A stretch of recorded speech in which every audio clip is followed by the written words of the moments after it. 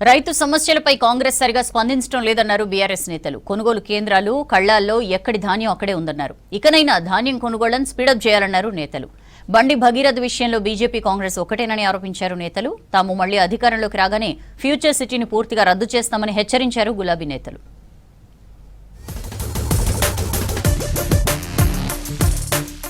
Minor బాలిక వ్యవహారంలో నేరస్తుడిని 9 రోజులు రాష్ట్ర ప్రభుత్వం దాచిపెట్టిందని ఆరోపించారు మాజీ మంత్రి BRS working president KTR. CM Revanth సమీప బంధువు హాస్పిటల్లో దాచిపెట్టారని విమర్శించారు.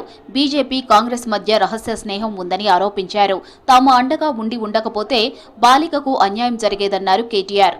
అవతలవాడు గొంతు లేనివాడు వాళ్ళకి మేము అండగా నిలబడకపోతే ఇవాళ అమ్మాయికి అన్యాయం జరిగేది. వాస్తవం. ఇటు మీడియా మాట్లాడదు, వాడు కేంద్ర ప్రభుత్వం మాట్లాడదు, రాష్ట్ర ప్రభుత్వం మాట్లాడదు. నేరస్తులను షీల్డ్ చేశారు, 9 రోజులు దాచిపెట్టారు. నేను అది పొద్దున వచ్చేటప్పుడు వీడియో చూసిన. ఆ 9 రోజులు ఆ పిల్లగాడు ఎక్కడ దాక్కున్నట్ట అంటే ముఖ్యమంత్రి గారు బంధువులు ఎవరిదో హాస్పిటల్ ఉందట, మెడికవరో ఏదో, అందులో దాచిపెట్టి 28 అంతస్తులు అని చెప్తున్నారు. ముఖ్యమంత్రి గారు సమీప బంధువులు, దగ్గర బంధువులు హాస్పిటల్లో దాచిపెట్టారు. ఇది పరిస్థితి. నేదో వీడియో చూశాను, వాస్తవం ఏందో మీరు చెప్పాలి మీడియా.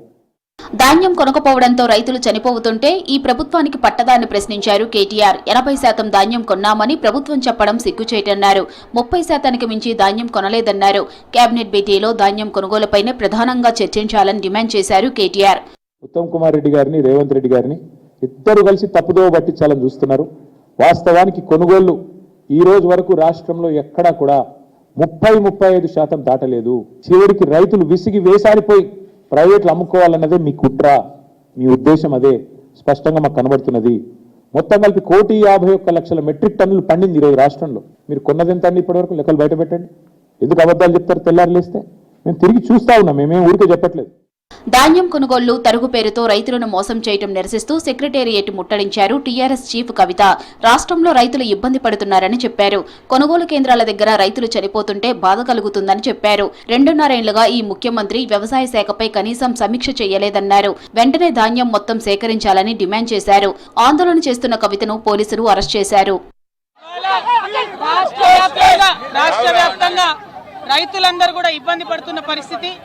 ఏ జిల్లాలో చూసినా వడ్లు కొనకుండా రైతులు కళ్ళాలలో ప్రాణాలు విడుస్తున్న పరిస్థితి. కొన్నకాడ కూడా ఘోరంగా తరుగుదీసి కొనుగోలు కేంద్రాల్లో అవినీతి, కొనుగోలు కేంద్రాల్లో తరుగుదీయడం, రైస్ మిల్లర్ల దగ్గర ప్రభుత్వం కుమ్మక్కై అక్కడ కూడా తరుగుదీయడం, మొత్తం రాష్ట్ర వ్యాప్తంగా కూడా భయంకరమైన పరిస్థితి ఉంది. ఎక్కడా కూడా ఈ రాష్ట్రంలో రైతులంటే కనీస మర్యాద గౌరవం లేనటువంటి పరిస్థితి ఉంది. కాంగ్రెస్ ప్రభుత్వం ఫ్యూచర్ సిటీ పేరుతో రియల్ ఎస్టేట్ వ్యాపారం చేస్తోందని మాజీ మంత్రి హరీష్ రావు ఆరోపించారు. బీఆర్ఎస్ ప్రభుత్వం వచ్చిన వెంటనే ఫ్యూచర్ సిటీని 100% రద్దు చేస్తామన్నారు. కేంద్ర పర్యావరణ శాఖ ఫార్మాసిటీకి అనుమతి ఇచ్చిందన్నారు. వీటిలో 75% ఫార్మాసిటీ ఉంటే 25% మిగతావి ఉండాలన్నారు హరీష్ రావు. విదేశీ పర్యటనలో ఉన్న మాజీ మంత్రి హరీష్ రావు ఈ వ్యాఖ్యలు చేశారు.